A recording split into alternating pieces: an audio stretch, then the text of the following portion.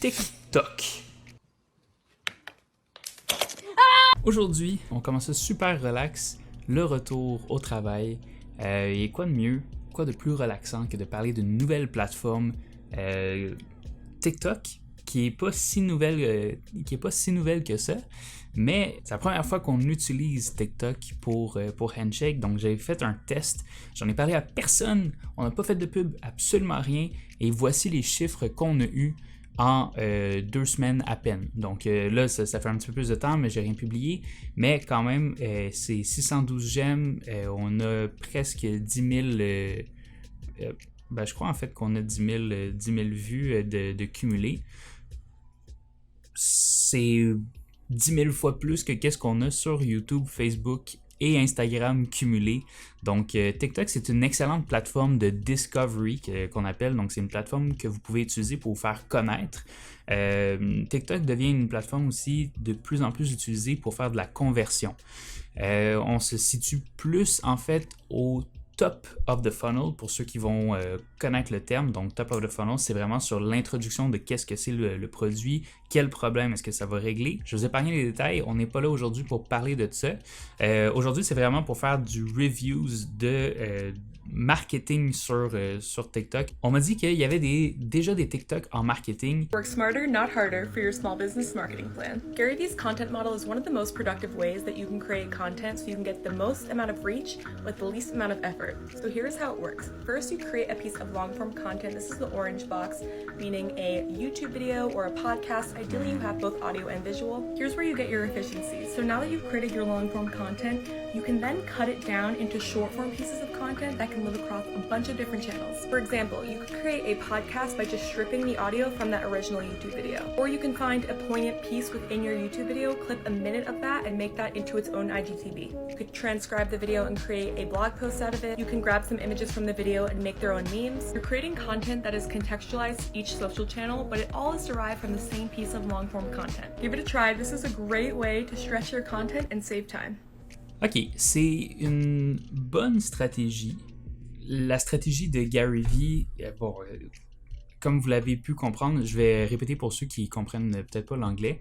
Donc, ce qu'elle nous dit, c'est que il faut créer du long contenu, donc des lives ou des longues vidéos, pour après ça les redécouper en petites sections puis utiliser ce contenu-là pour faire d'autres contenus.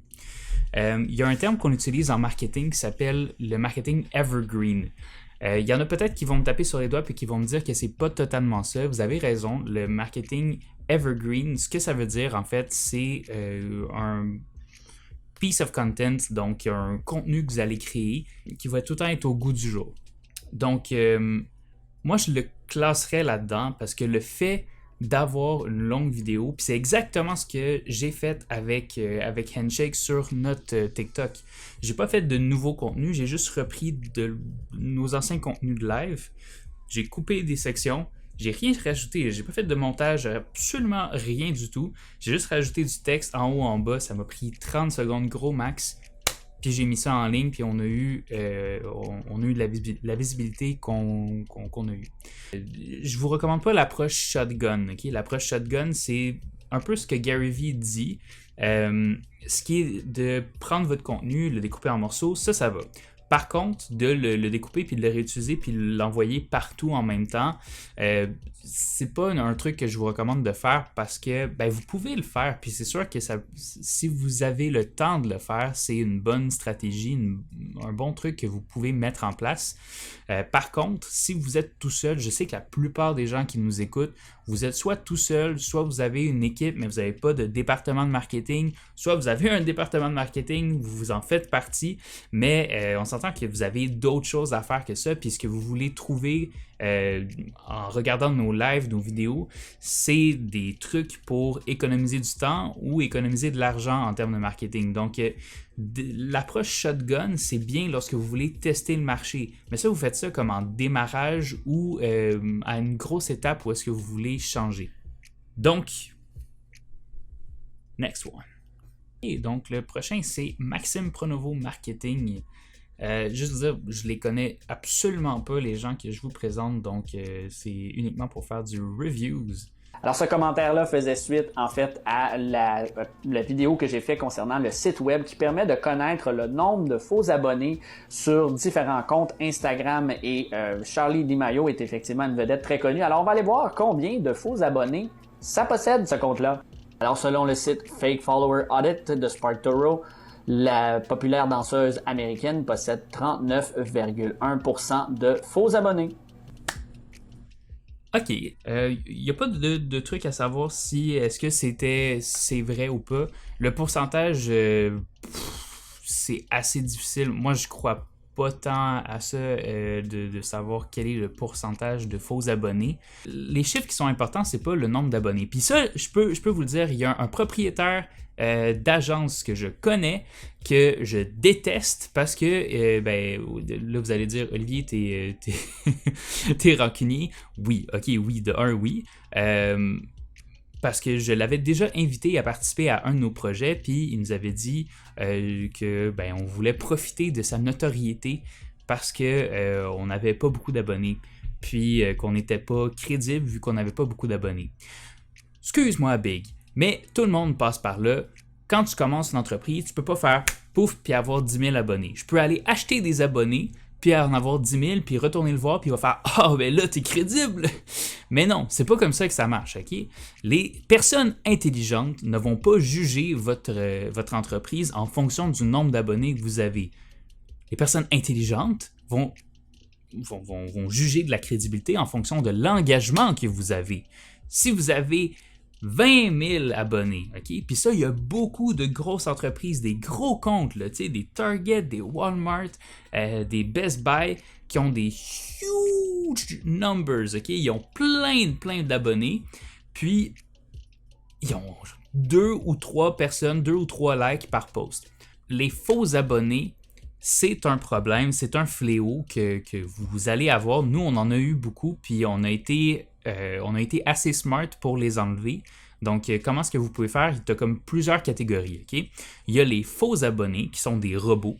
Tout simplement, c'est des fake comptes, c'est pas des vraies personnes qui sont abonnées à vos comptes. À un moment donné, il y a quelqu'un qui a targeté notre page Facebook avec des bots, donc des robots, puis qui les a envoyés. On a eu plus de 500 faux comptes qui s'étaient abonnés à notre page Facebook. Certains diraient, vous êtes contre de les avoir enlevés, ça vous donnait une crédibilité. Mais en vrai, non, parce que la plupart des algorithmes, TikTok, on va le mettre à part parce que c'est pas totalement la même manière de fonctionner. Mais Facebook, Instagram, YouTube, on va prendre ces 3 gros-là. Ça fonctionne avec le taux d'engagement. Si vous postez souvent puis vous avez très peu d'engagement, Facebook, Instagram, YouTube vont présenter de moins en moins votre contenu parce qu'ils vont se dire que les gens n'aiment pas ce que vous faites. Si au contraire, vous avez très peu d'abonnés et beaucoup d'engagement, vous allez grandir plus vite parce que ces plateformes-là vont vous mettre de l'avant vu que vous allez avoir un pourcentage de participation, d'engagement qui va être plus grand. Là, ce que ce gars-là nous a dit, en fait, il nous a pas dit grand-chose. Il nous a juste parlé d'un compte populaire qui avait 39% de faux abonnés. C'est difficile après de savoir qui sont les faux abonnés. Moi, ce que je suspecte, c'est que les 39%, c'est des gens qui sont... peut-être que l'application ou le site qui a été utilisé, ça va juste regarder c'est quand la dernière utilisation que tu as faite, si tu as des trucs que tu as postés, si tu es abonné ou si tu as un comportement qui est louche. Fait que ça t'enlève les bots. Mais il y a des faux comptes que moi je considère comme des faux comptes, mais c'est des vraies personnes. C'est des personnes comme vous et moi, sauf que c'est ce qu'on appelle des ghost followers, donc des abonnés fantômes en français. Ce que sont les abonnés fantômes, en fait, c'est quelqu'un qui est abonné à votre chaîne ou qui est abonné à votre page Facebook, mais qui n'interagit pas. Donc, sur Facebook, c'est un peu... sur YouTube, c'est un peu différent parce que vous pouvez regarder les vidéos, mais ne pas interagir avec. Puis à ce moment-là, c'est correct, ça donne quand même, ça compte comme de l'engagement de regarder le contenu. Sur Facebook et Instagram, de regarder le contenu, ça compte pas. Il faut absolument avoir un like, un commentaire ou un partage pour que ça ait un impact sur le taux d'engagement de votre communauté. La raison est que si vous interagissez pas avec ces pages-là, ben, l'algorithme se dit que vous êtes plus intéressé par ça. Fait que vous pouvez être abonné, c'est la même chose avec YouTube, vous pouvez être abonné à une chaîne YouTube, puis ne pas recevoir ces vidéos. Puis c'est pas de votre faute, là. C'est juste que vous n'avez pas interagi. Vous n'avez pas donné d'indication comme quoi est-ce que vous étiez intéressé par le contenu. Sur ce, je peux-tu vous donner un truc? Ben, un truc, c'est faites des call to action. Si vous êtes un créateur de contenu, faites un call to action. Si vous voulez regarder un exemple, ben en fait, dans notre TikTok qui est le plus vu et qui nous a apporté tous nos abonnés, en fait, c'est celui où est-ce que j'ai écrit, ben, vous voulez avoir plus d'anecdotes, abonnez-vous, puis cliquez sur le j'aime. Donc, next! Voici une astuce pour tous ceux qui utilisent Instagram. Depuis la mise à jour, quand tu postes une photo en story ou en publication, elle perd en qualité. Mais j'ai la solution pour toi. Tu vas cliquer sur les 3 traits, ensuite paramètres, ensuite compte, et là tu vas cliquer sur utilisation des données, et tu veilles à ce que ce soit activé. Ok.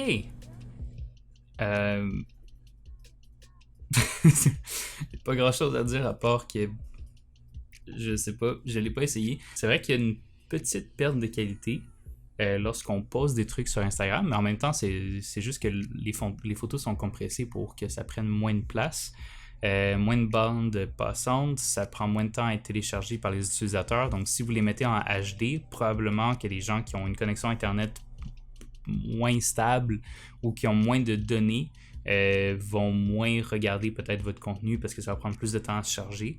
C'est rien de scientifique, là, c'est uniquement mon opinion ou ma déduction de qu'est-ce que je pense qui pourrait arriver à cause de ça. Next!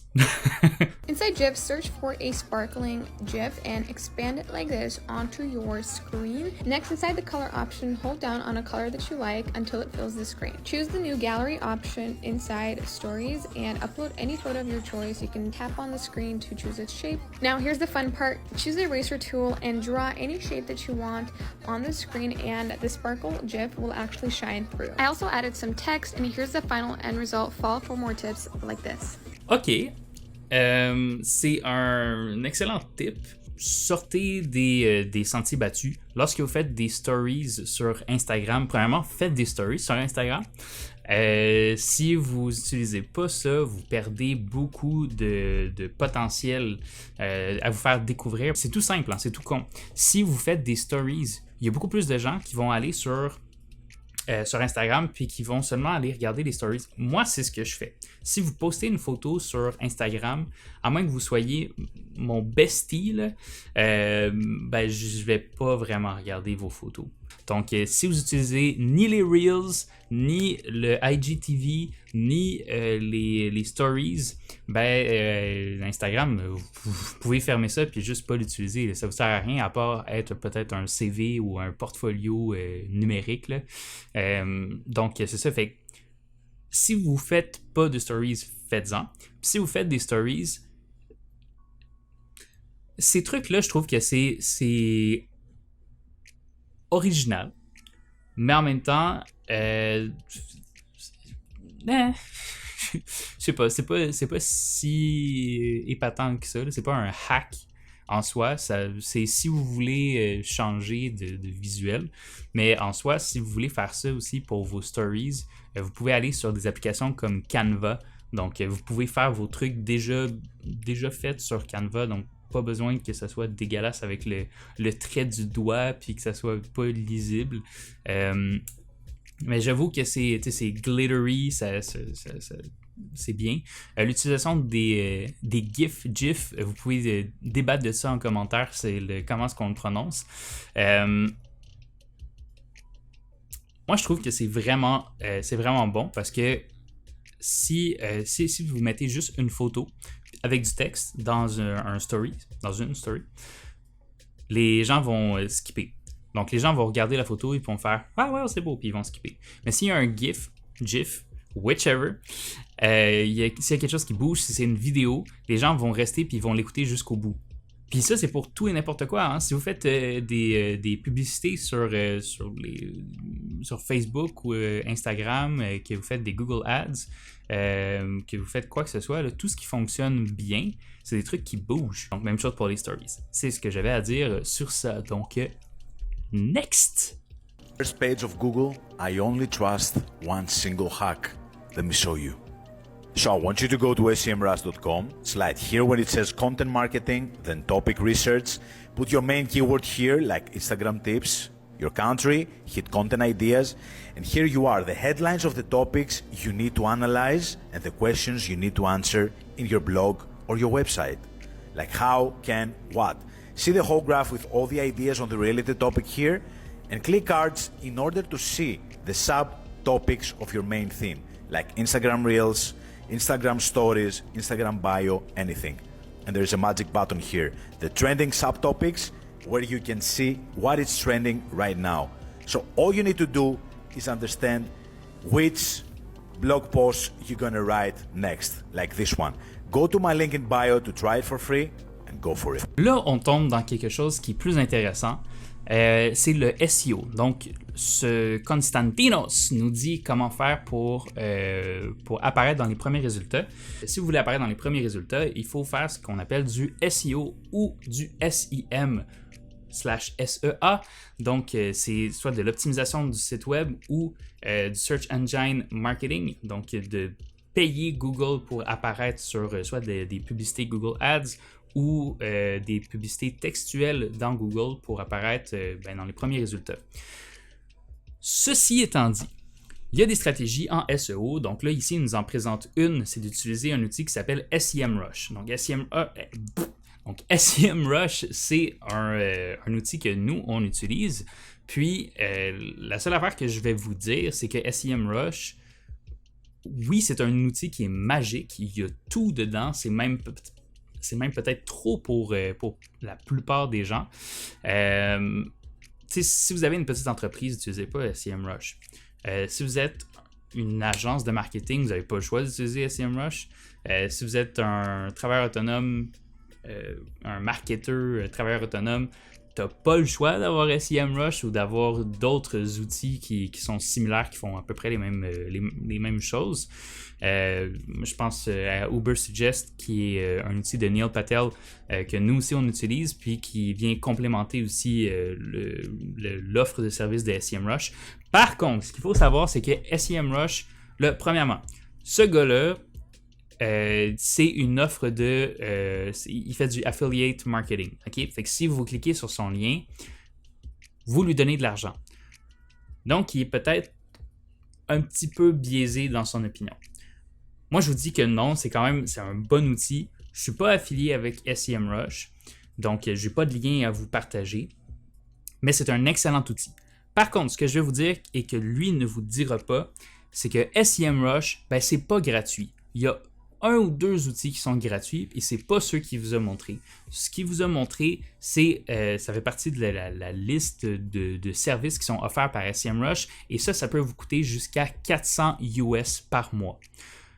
Oui, 400 $ US par mois. Donc, quand il y en a qui nous disent que les services d'une agence, pour 250 $, tu vas avoir un logo, nos outils coûtent plus cher que la prestation de service que tu veux avoir. OK? Fait que donc, allez pas sur SEMrush si vous n'avez pas... OK. Allez pas sur SEMrush si, 1, vous n'avez pas les moyens et si, 2, vous n'avez pas le temps de vous en occuper. Payez pas 400 $ US par mois pour un outil que vous allez utiliser 2 ou 3 fois. Si vous ne faites pas de blog, si vous n'avez pas une team de marketing, si vous n'avez personne pour utiliser les services et les outils qui font partie de cette offre-là, utilisez pas ça. Il y a des outils qui sont gratuits qui, si ça vous intéresse, je pourrais les mettre soit en commentaire ou faire une vidéo après pour vous les présenter. Mais c'est un outil qui est magique, c'est un outil que vous n'avez pas le choix d'avoir si vous êtes dans le domaine du marketing. Mais si ce que vous faites n'a aucun rapport et vous voulez juste développer votre SEO et que vous n'avez pas une équipe dédiée au marketing ou dédiée au SEO ou SEM ou référencement en général, utilisez pas ça. Utilisez d'autres services qui sont gratuits parce que sinon vous allez payer pour rien. vous allez peut-être que vous allez penser que vous payez pour quelque chose de bien, puis que vous allez trouver des trucs, mais vous n'allez pas l'utiliser à son plein potentiel, et c'est ce qui va vous faire perdre de l'argent. Donc, next up.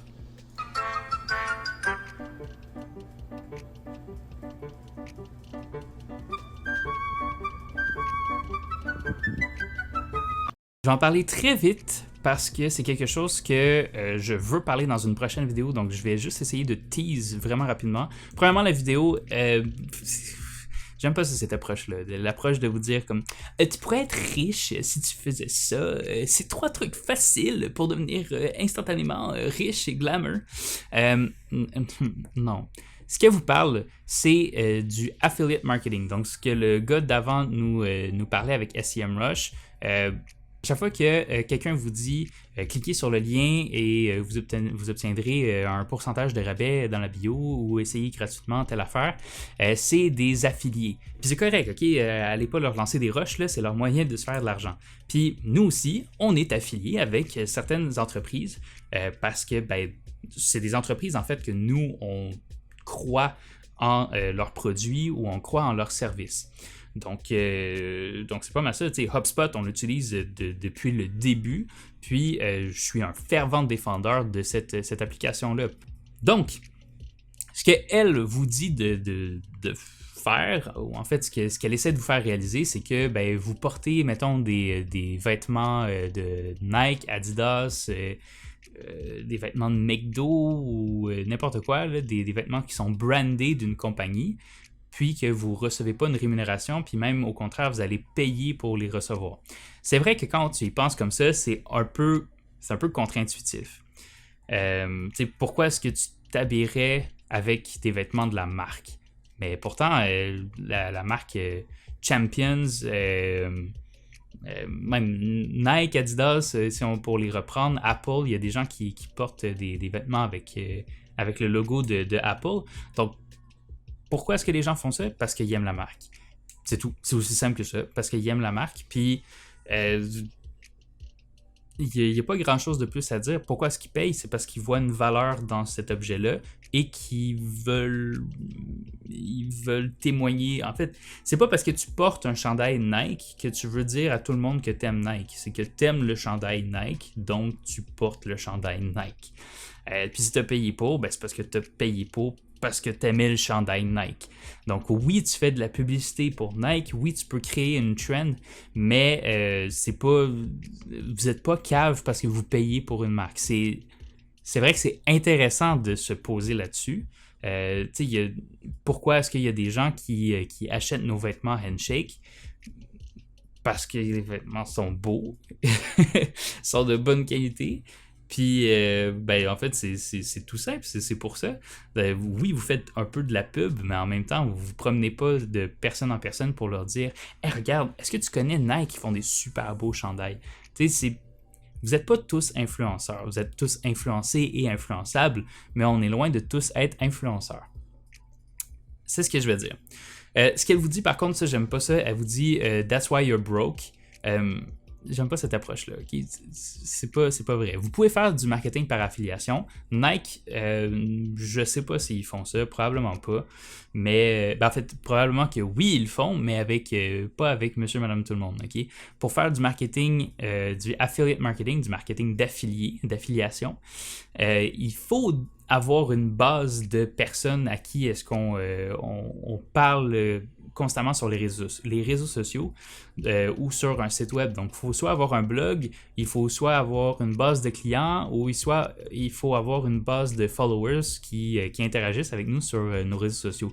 Donc, vous ne pouvez pas juste aller demander à Nike d'avoir une rémunération parce que vous avez acheté un chandail Nike puis que vous le portez avec votre famille et vos amis. Vous n'êtes pas pauvre à cause de ça. Okay? Il y a d'autres moyens de faire de l'argent, puis ça, c'est pas moi qui va vous dire ça. Je vous réfère à personne. Là. Vous pouvez faire vos propres recherches par vous-même, mais c'est un moyen qui est utile pour les entreprises ou les personnes qui sont déjà influenceurs, influenceuses. Donc, next! junkie like me and you want to figure out how these top startups got their first 1,000 customers, then you will love this free newsletter that comes out every Sunday with a full case study on different startups. It's called First 1,000. If you're a knowledge junkie like me and you want to figure out how these top startups got their first 1,000 customers, then you will love this free newsletter that comes out every Sunday with a full case study on different startups. It's called First 1,000. OK. On va terminer avec... C'est dommage, on termine avec ça. C'est littéralement une pub qu'elle fait. Donc, c'est... On va terminer avec mon opinion sur le marketing sur TikTok. Je vais vous faire ça très simple. Il y a une raison pourquoi est-ce que j'ai commencé à mettre des trucs sur TikTok, et c'est pour ça. C'est parce que le contenu qui est présent, il est pas bon. Le contenu qui est présent, il est pas bon. On va se le dire, là. Il est pas... c'est juste de la pub que les gens ils font. C'est tous des affiliate marketers. Ils ont tout leur scrap à vendre. Puis, tu sais, oui, il y a certains bons conseils. OK, je vais pas dire... Je reviens sur ce que j'ai dit. C'est pas tout mauvais. Par contre, c'est une niche qui est pas exploitée présentement. De faire des hacks, de parler d'outils, ça sonne tout le temps affilié. Okay? Il va tout le temps avoir un lien qui va être affilié ou ils vont vous rediriger vers une page, un blog ou quoi que ce soit. Ça, c'est correct. C'est correct de le faire aussi. Par contre, des trucs de marketing comme nous, on vous offre notre type de contenu qui est de l'éducation sur le marketing, il y en a très peu. Vous l'avez vu aujourd'hui, je sais que c'est un très petit échantillon. Si jamais ça vous intéresse, on pourrait continuer à en faire. Mais ce qu'on a vu, c'est oui, il y en avait quelques-uns qui étaient bons, mais comme là, c'est littéralement une pub. C'est littéralement une pub. Elle vous dit comment est-ce qu'on fait pour avoir nos premiers 1000 nos premiers 1000 customers, les premiers 1000 acheteurs, consommateurs, clients. Client est le mot que je cherchais. En fait, elle ne dit pas comment faire. Elle fait juste vous dire qu'elle vous offre une newsletter pour apprendre comment faire. C'est correct, elle peut le faire, mais c'est une pub. En tout cas, je trouve ça poche. Mais sinon, si vous voulez vraiment avoir un truc pour avoir vos 1000 premiers clients, premièrement, 1000 clients, c'est beaucoup, OK? Fait que ça dépend de dans quelle niche est-ce que vous êtes, dans quel type de service ou de produit que vous offrez. Nous, chez Handshake, on n'est pas encore rendu à 1000, là, puis ça va faire 2 ans qu'on est en affaires. 1000 clients, c'est vraiment beaucoup. Donc, si c'est des produits, ça va. 1000, ça s'atteint quand même rapidement ou facilement. Mais lorsque c'est un service que vous faites puis que c'est vous-même qui faites le service, pensez-y. Là, si vous faites du ménage résidentiel ou commercial, 1000 clients, c'est quand même beaucoup. Là. Puis vous n'avez potentiellement pas le temps de tout prendre ces 1000 clients-là. Donc, qu'est-ce que je peux vous donner comme truc pour obtenir plus de clients? On va dire ça comme ça, pour obtenir vos premiers clients ou pour obtenir plus de clients. Le premier client, c'est le client qui est le plus difficile à avoir parce que lorsque vous avez des produits à vendre, vous n'avez pas de reviews. Il n'y a personne. Vous pouvez en inventer des faux, évidemment, mais vous n'avez pas de reviews, vous n'avez pas de preuves sociales qu'on appelle, donc il n'y a pas de personne qui parle de vous déjà. Vous devez faire vous devez vous démarquer et faire vos preuves. Si le produit a l'air bon, en principe, ça devrait partir quand même relativement facilement. OK? Mais quand on parle d'un service, mettons en marketing ou en design graphique, peu importe, il vous faut un portfolio. Puis lorsque vous commencez, vous n'avez pas de portfolio. Il faut vous le faire. Donc, qu'est-ce que vous faites? Vous faites du travail gratuitement, vous faites exploiter, puis après ça, vous pouvez utiliser ça comme portfolio. C'est définitivement pas ce que je vous recommande de faire. Donc, du travail gratuit, c'est correct, mais vous n'allez jamais vous donner à fond là-dessus, fait que ça va pas vous donner des bons résultats. Surtout si c'est un travail que vous faites à temps plein. de travailler gratuitement, ben, c'est con parce que ben, vous avez besoin d'être rémunéré. Donc, ce que je vous recommande plutôt, c'est d'être rémunéré, si c'est un service, c'est d'être rémunéré au résultat ou d'être rémunéré après. Dans ce cas-là, ben, ça risque de donner plus confiance en la personne. Puis soyez honnête, OK? Soyez honnête. Il y a une raison pourquoi est-ce que nous, c'est l'honnêteté, la transparence et l'authenticité, nos 3 valeurs. Là. C'est pour ça. C'est parce que quand on est honnête, les gens, ils ont des attentes qui sont honnêtes. Si vous leur promettez la lune, puis que vous leur donnez un nugget McDo, ben c'est sûr que les gens vont être déçus puis que vous risquez de jamais avoir d'autres clients par après. Une fois que vous avez une petite base de clients, okay, que vous avez une dizaine de clients, que vous avez... une fois que vous avez une base de clients, okay, ce qui est important de faire, c'est de récolter le plus d'informations possible sur ces gens-là pour pouvoir les rejoindre un petit peu partout. Si c'est sur les réseaux sociaux, vous pouvez publier. Soyez constant, publiez du contenu, puis publiez du contenu qui est intéressant. Okay? Si vous faites juste publier des trucs pour publier des trucs, ça vous sert à rien de faire ça. Okay? Autant ne pas avoir de page que de publier de la merde. OK? Puis, l'autre truc, ben, je vais utiliser qu'est-ce qu'elle utilise comme stratégie, c'est les newsletters. Les newsletters, c'est super intelligent, c'est super important, puis il y a une raison pourquoi est-ce que vous en recevez plein dans votre boîte de courriel, c'est que ben, c'est un des meilleurs moyens de rejoindre votre communauté. Une fois qu'on a un courriel, on n'a pas besoin de payer après là, pour vous rejoindre. Contrairement à Facebook, où est-ce que Facebook, vous likez la page, mais si vous n'êtes pas engagé moindrement, ben nous, il faut qu'on paye de la publicité pour rejoindre les gens qui likent notre page. C'est con. C'est con. Donc, les newsletters, c'est un outil qui est super, super puissant, super intéressant, super facile aussi à utiliser. Donc, vous avez juste à... OK, je ne veux pas dire trop facile, mais c'est relativement simple. Ça ne prend pas un baccalauréat en email marketing pour être capable d'en faire un. Donc, vous pouvez simplement envoyer les produits de la semaine qui sont mis en valeur, là, les produits vedettes de la semaine. Okay? Vous faites juste ça, puis vous risquez d'augmenter les résultats. Vous allez augmenter le trafic définitivement sur votre site web.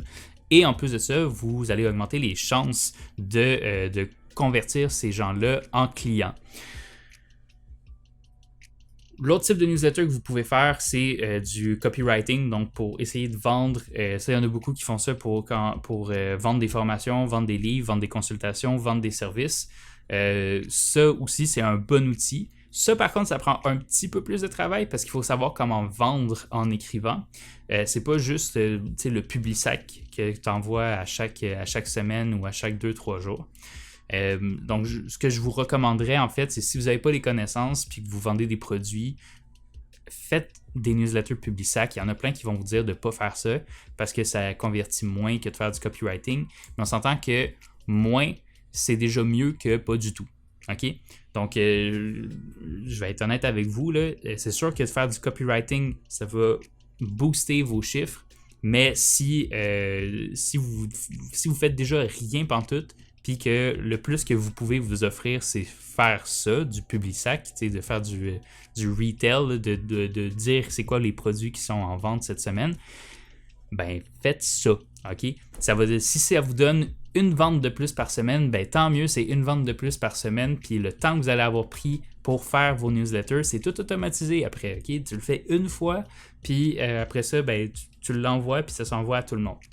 Donc, overall, qu'est-ce que j'en pense de TikTok? Je trouve qu'il y a beaucoup de marketing d'affiliation. Je trouve que c'est beaucoup de publicité. Il y a quelques trucs intéressants.